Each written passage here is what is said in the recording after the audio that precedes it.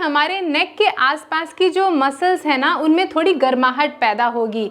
इस गर्माहट से कभी भी आपके नेक के आसपास की जो मसल्स है इसमें इंजरी नहीं होगी और साथ ही इनमें स्ट्रेंथ भी डेवलप होगा। तो सबसे पहले अप एंड डाउन मूवमेंट नेक की 3 बार ये अभ्यास मैं आपको करके बता रही हूँ। जब आप इसका अभ्यास करें कम से कम 10 से 15 बार कर लें। सांस लेते हुए छत की तरफ देखें और गर्दन के सामने बहुत अच्छा खिंचाव महसूस करें और सांस छोड़ते हुए चिन को वापस से कॉलर बोन की तरफ ड्रॉप करें। 2 बार और सांस लें। As you inhale look up towards the ceiling और सांस छोड़ते हुए वापस से चिन को ऐसे कॉलर बोन की तरफ ड्रॉप कर दें। सांस लें। ऐसा अभ्यास बहुत आराम से करें, झटका दे के बिल्कुल भी अभ्यास ना करें ऐसे। फिर उसके बाद अपने बिना कंधों को उठाए हुए राइट एंड लेफ्ट इस तरीके से मूवमेंट करेंगे। सांस लें और सांस छोड़ते हुए गर्दन को राइट साइड ऐसे ड्रॉप कर दें। फिर उसके बाद सांस लें और सांस छोड़ते हुए लेफ्ट साइड ऐसे ड्रॉप कर दें। इस तरीके से सांस लें, सांस छोड़ें राइट, सांस लें और सांस छोड़ें लेफ्ट। 1 बार और। सारे अभ्यास आपको 10 से 15 बार रिपीट करने हैं। ध्यान दें कि जब ऐसे ड्रॉप करें तो कंधों को ऐसे ना उठाएं, कंधों को बिल्कुल रिलैक्स रहने दें ऐसे। अब इमेजिन करें कि आपको पीछे से कोई आवाज़ दे रहा है, तो आपको पीछे देखना है लेकिन अपनी बॉडी को मूव नहीं करना है। तो अपने चेहरे को ऐसे घुमाया और राइट कंधे की तरफ अपने चेहरे को घुमाते हुए पीछे देखने की कोशिश करेंगे बिना बॉडी को घुमाए हुए ऐसे। सांस लें और सांस छोड़ें, पीछे देखें। सांस लें 2 बार और राइट और 2 बार और लेफ्ट। सांस लें, inhale and exhale look left. 1 बार और। Inhale and exhale look right ऐसे। Inhale and exhale look left. तो इन मूवमेंट को देखने में तो आपको लग रहा होगा कि बड़े आसान हैं, लेकिन इनसे आपके गर्दन की मांसपेशियों में मजबूती आती है। अब चले करते हैं हाफ रोटेशन। कभी भी जब आपको गर्दन और कंधे में अत्यधिक दर्द हो तो कभी भी गर्दन और कंधों का फुल रोटेशन ना करें, इससे आपकी तकलीफ और अधिक बढ़ जाएगी। तो आपने क्या किया, अपनी चिन को गर्दन की ये वाली जो हड्डी है ना, इधर की तरफ ऐसे ड्रॉप किया। फिर उसके बाद ऐसे सामने देखें राइट साइड। सांस लें और सांस को छोड़ते हुए ऐसे लेफ्ट साइड देखा। फिर से सांस लें लेफ्ट और सांस छोड़ते हुए राइट। सांस ले राइट और सांस छोड़ते हुए लेफ्ट। 1 बार और। सांस ले लेफ्ट और सांस छोड़ते हुए राइट। फिर से सांस ले राइट और सांस छोड़ते हुए ये हो गया लेफ्ट। इसका भी अभ्यास 5 बार, 7 बार, 10 बार अभ्यास निरंतर कर लें। झटका देके बिल्कुल अभ्यास नहीं करना है कि ऐसे ऐसे अभ्यास कर रहे हैं, इससे आपकी तकलीफ जो है बढ़ जाएगी। अब हमने ये इन अभ्यासों को करके जेंटली अपने गर्दन और कंधों के आसपास की मसल्स को कर लिया है वार्म। अब थोड़ा सा अपनी नेक की स्ट्रेंथ को बढ़ाने के लिए कुछ बेसिक स्ट्रेचेस कर रहे हैं। तो अपने राइट हाथ को ऐसे कान के पास, राइट कान के पास रखा और अपने सर को हम ऐसे पुश कर रहे हैं लेफ्ट साइड, लेकिन सर हमारा हमारे हाथ को राइट साइड पुश कर रहा है, तो एक ऑपोजिट प्रेशर लग रहा है। इससे स्ट्रेंथनिंग होगी हमारे नेक की। इस तरीके से 5 काउंट तक होल्ड करें। 5 4 3 2 1 नॉर्मल ब्रीदिंग के साथ। इसी तरीके से लेफ्ट भी अभ्यास करेंगे ऐसे। तो अपने गर्दन सर को हम ढकेल रहे हैं, पुश कर रहे हैं लेफ्ट कंधे की तरफ, लेकिन हमारा हाथ जो है सर को राइट कंधे की तरफ ऐसे ढकेल रहा है और ऑपोजिट पुश महसूस करें। 5 4 3 2 1। इसी तरीके से अब अपने दोनों हाथ की उंगलियों को ऐसे एक दूसरे के साथ ऐसे फंसा लें और इसको माथे के ऊपर रख के सर को पीछे ढकेलें, लेकिन आपका सर हाथों को आगे की तरफ ढकेल रहा है ऐसे। 5 4 3 2 1। आप चाहें तो इसका अभ्यास 5 से 10 सेकेंड रोक कर भी कर सकते हैं। इसी तरीके से अब सर आप आगे की तरफ धक्का लगाइए, लेकिन सर आपके हाथ को पीछे की तरफ धक्का दे रहा है। तो इस तरीके से एक बहुत अच्छा आप एक टेंशन महसूस करेंगे जो आपके हाथ और सर के बीच में है, और इससे आपके नेक के अराउंड की जो मसल्स है उनकी स्ट्रेंथ डेवलप होगी। तो नेक के अराउंड तो ये काम हो गया। अब जो काम कर रहे हैं वो हम अपने कंधों के आसपास काम कर रहे हैं, क्योंकि हम आज जब सर्वाइकल नेक रीजन पर टारगेट कर रहे हैं तो कंधों की मांसपेशियां भी मजबूत होनी चाहिए। तो दोनों हाथों को ऐसे आप अपने घुटनों के ऊपर रख लें। अब अपने शोल्डर्स को कान की तरफ ऐसे उठाएं, सांस लें और सांस छोड़ दें, सांस लें और सांस छोड़ दें, सांस लें और सांस छोड़ दें ऐसे। फिर उसके बाद ये तो अप एंड डाउन मूवमेंट हो गया। अब आगे और पीछे ऐसे शोल्डर, जो आपके दोनों शोल्डर हैं वो एक दूसरे की तरफ आना चाहते हैं ऐसे, और फिर इसको ऐसे पीछे की तरफ ऐसे, फॉरवर्ड बैकवर्ड, फॉरवर्ड बैकवर्ड, इस तरीके से। अब ये अप एंड डाउन, आगे और पीछे, फॉरवर्ड और बैकवर्ड तो हो गया। अब इसको पूरा का पूरा 360 डिग्री रोटेट करेंगे। कैसे? पहले आगे से पीछे, आगे ऊपर पीछे नीचे, आगे ऊपर पीछे नीचे, आगे ऊपर पीछे नीचे, एक बार और, फॉरवर्ड अप बैक डाउन। यही अभ्यास ऑपोजिट साइड करें, नीचे पीछे ऊपर आगे, forward down back up, forward down back up. तो इसका अभ्यास 5 से 10 बार करते रहें।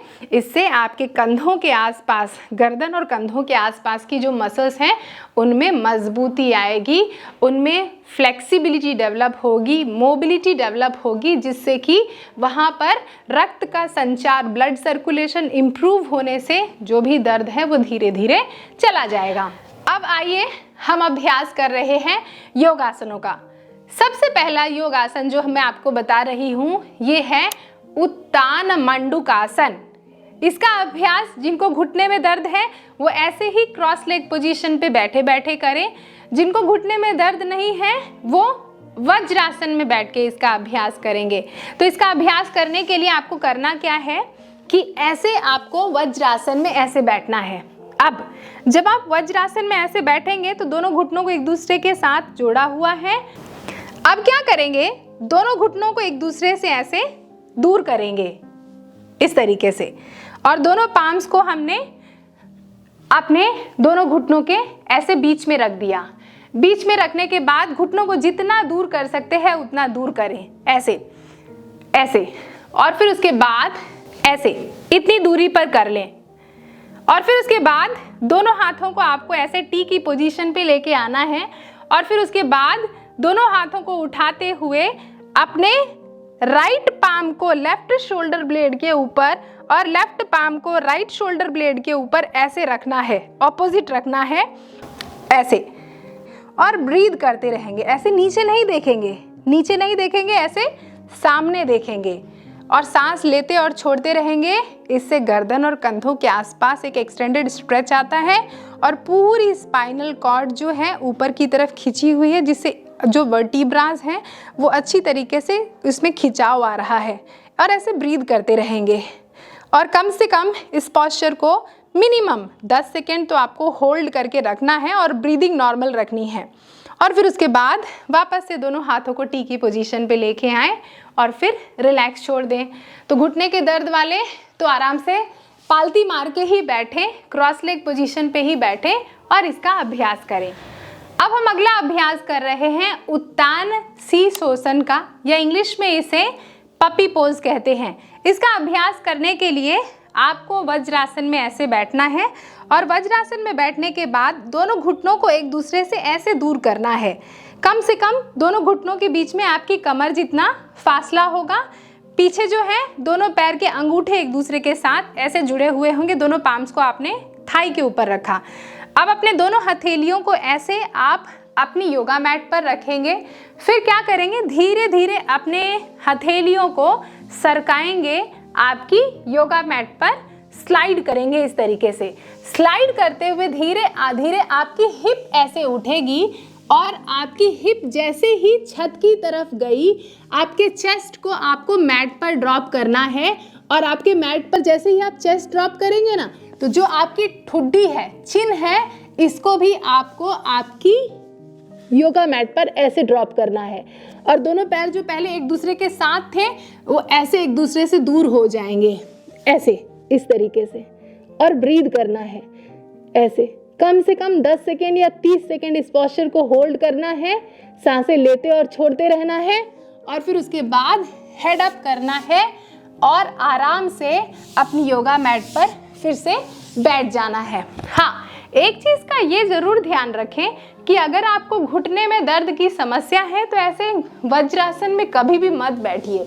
आप क्या करें, ऐसे क्रॉस लेग पोजीशन पे बैठ जाएं और क्रॉस लेग पोजीशन पे बैठने के बाद वही अभ्यास थोड़ा इसको मॉडिफाई करके अभ्यास करेंगे। ऐसे दोनों हाथों को आगे की तरफ ऐसे फिसलाएंगे जिससे पूरी की पूरी हमारी रीढ़ की हड्डी स्पाइनल कॉर्ड में एक खिंचाव आ गया, लेंथनिंग आ गई। और फिर उसके बाद जितना आपका सर नीचे जाए इसको इस तरीके से होल्ड करना है। अब इस तरीके से अभ्यास जब आप करेंगे तो पेट पर भी दबाव पड़ रहा है तो आपका डाइजेशन भी बेहतर होगा। और फिर उसके बाद रिलीज कर दें पॉस्चर को और फिर उसके बाद आराम से अपने दोनों पैरों को एक दूसरे से दूर करें और थोड़ा बैठे बैठे ही ऐसे रेस्ट करें, थोड़ा सा पीछे की तरफ झुक जाएं, लीन बैक हो जाएं।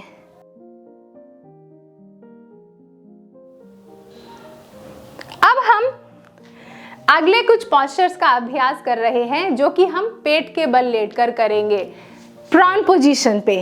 तो आराम से अपनी योगा मैट पर हम ऐसे लेट गए। अब हम अभ्यास करेंगे सलंब भुजंग आसन या इंग्लिश में इसे सपोर्टेड कोबरा या कि फिर बेबी कोबरा के नाम से भी जानते हैं। तो इसमें क्या करना है, आपकी पैर की एड़ियों को ऐसे जोड़ना है और अपने पैर के अंगूठों को ऐसे बाहर की तरफ रखना है। दोनों हथेलियों को जैसे हम कोबरा पोज का अभ्यास करते हैं तो चेस्ट के साइड में रखते हैं और अपने माथे को मैट पर ड्रॉप कर देते हैं। तो अब हम क्या करेंगे, ये हमने मेजरमेंट ले लिया। आप सभी अपने हाथ को चेस्ट के साइड में रखें और अपने सर को ऐसे ड्रॉप कर दें। फिर क्या करें कि जहाँ पर आपके हाथ की हथेली है ना, यहीं पर आप अपनी कुहनी को, एल्बो को ड्रॉप करें और पाम को ऐसे मैट पर, ऐसे ऊपर करके नहीं, मैट पर ऐसे ड्रॉप कर दें। दूसरे हाथ का भी इस तरीके से कर लें, एडजस्टमेंट करें। फिर उसके बाद अपने सर को, छाती को ड्रॉप करें ऐसे। अब हम तैयार हैं आसन का अभ्यास करने के लिए। सांस लीजिए, हेड अप, चेस्ट अप और अपनी बॉडी का वेट जो है, अपर बॉडी का वेट एल्बो पर डालिए और जितना हो सके छत की तरफ देखिए। आपके पैर की एड़ियां और अंगूठे जुड़े हुए हैं, पूरी हिप्स की मसल्स को आपने टाइट किया हुआ है और आपके पूरी की पूरी रीढ़ की हड्डी पर जो ऑपोजिट स्ट्रेच आ रहा है ये मदद करेगा आपके सर्वाइकल पेन को कम करने में और स्पाइन से रिलेटेड समस्याओं में भी बहुत ही ज़्यादा मददगार है। तो ऐसे कम से कम 10 सेकेंड या 30 सेकेंड सांसों को लेते और छोड़ते रहिए, क्योंकि आपने सपोर्टेड कोबरा का अभ्यास किया है तो आपको कोई घबराहट होगी नहीं। अब हमने ये अभ्यास कर लिया, अब हम रेस्ट करेंगे मकर आसन में और फिर मकर आसन के कुछ वेरिएशन करेंगे। अपने क्या करें, राइट हथेली को लेफ्ट शोल्डर पर, लेफ्ट हथेली को राइट कंधे पर ऐसे रखा और दोनों एल्बो को ऐसे बाहर रख दीजिए ऐसे। फिर क्या करें, दोनों पैरों को एक दूसरे से दूर कीजिए और अपने चेहरे को, गर्दन को राइट साइड टर्न कर दीजिए और कम से कम 10 सेकेंड तक इस स्थिति में लेटे रहिए। फिर चेहरे को लेफ्ट साइड ऐसे, चेहरे को पहले लेफ्ट शोल्डर की तरफ घुमाया था, 10 सेकेंड या 30 सेकेंड ऐसे रोक के रखें। ब्रीथ करते रहे, ब्रीथ करते रहे, ब्रीथ करते रहे। सांसों को रोकना नहीं है, सांसें लेते और छोड़ते रहना है। फिर जब लेफ्ट साइड हो जाए तो 10 सेकेंड या 30 सेकेंड दूसरी तरफ चेहरे को घुमा के ऐसे लेटे रहे। ब्रीथ करते रहे, ब्रीथ करते रहे, ब्रीथ करते रहे।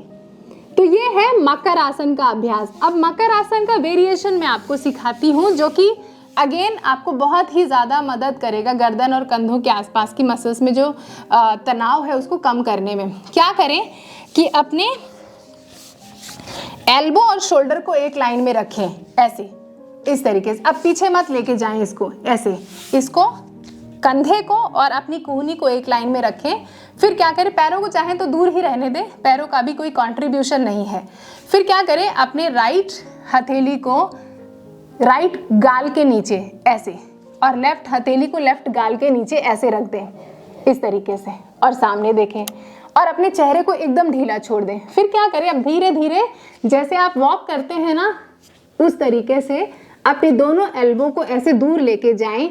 अब देख रहे हैं कितना अच्छा एक एक्सटेंडेड स्ट्रेच मिल रहा है आपके गर्दन के सामने और पीछे की पूरी मांसपेशियों पर एक बहुत अच्छा एक खिंचाव महसूस करेंगे। ऐसे जितना एल्बो आपकी दूर जा सके उतना एल्बो आपको दूर रखना है। और यहाँ पे इस पोस्चर को भी मिनिमम 10 सेकेंड, 30 सेकेंड या 1 मिनट होल्ड करके रखें और ब्रीदिंग करते रहना है आपको, सांसें रोकनी नहीं है, क्योंकि 30 सेकेंड या 60 सेकेंड हम सांसें रोक के नहीं रख सकते हैं ऐसे, इस तरीके से। फिर उसके बाद इसको रिलीज कर दें। वापस से जो पहला वाला मकर आसन बताया था, राइट पाम को लेफ्ट शोल्डर पर, लेफ्ट पाम को राइट शोल्डर पर रखें और एल्बो को बाहर ही रहने दें। वापस से अपने चेहरे को लेफ्ट शोल्डर की तरफ, लेफ्ट कंधे की तरफ घुमा दिया। यहाँ पर रेस्ट करेंगे, चाहे तो 1 मिनट तक रेस्ट कर लें ऐसे लेटे लेटे ऐसे। फिर जब लेफ्ट साइड हो जाए फिर चेहरे को राइट साइड घुमा दें। इधर भी कम से कम 1 मिनट 30 सेकेंड तक रेस्ट करें। अब मैं आपको अगला एक बहुत बेहतरीन जो स्ट्रेच है, आसन है, पोस्चर है, वो सिखा रही हूँ। अगर इस आसन का अभ्यास आप करते रहते हैं ना, तो बैक में जो पेन होता है वो भी दूर होगा, चेस्ट बहुत अच्छी तरीके से ओपन होगी, आपका हार्ट, आपके लंग्स, आपके सारे इंटरनल ऑर्गन्स आपको बहुत थैंक यू बोलेंगे। एक चीज़ और मैं आपको बता दूं, आपने अगर ये चीज़ नोटिस की है कि जब आप पेट के बल लेटे हुए हैं तो पूरे आंतरिक अंगों पर कितनी अच्छी दबाव पड़ रही है, इससे आपके पेट की मांसपेशियां मजबूत होंगी। तो अब हम अभ्यास कर रहे हैं सर्पासन का। इसका अभ्यास करने के लिए दोनों पैर की एड़ियों को ऐसे एक दूसरे के साथ जोड़ लें और अपने अंगूठे को बाहर की तरफ ऐसे रखें, ठीक है। अब क्या करें, अपने पूरे चेस्ट को, सर को अपनी मैट पर ऐसे ड्रॉप कर दिया। ध्यान कंधों पर रखिएगा। क्या करेंगे, दोनों हाथों को ऐसे अपनी बॉडी के पीछे लेके जाएं और उंगलियों को ऐसे फंसाना है ना, ऐसे इंटरलॉक करना है। दोनों हथेलियों को बॉडी के पीछे लेके गए और उंगलियों को ऐसे फंसा दिया और चेहरे को ऐसे ड्रॉप कर दिया। अब कंधे को मैंने बोला था देखने के लिए, तो कंधे को देखने के लिए देखिए, ऐसे पीछे रोल बैक करेंगे कंधों को और फिर छत की तरफ देखने की कोशिश करेंगे।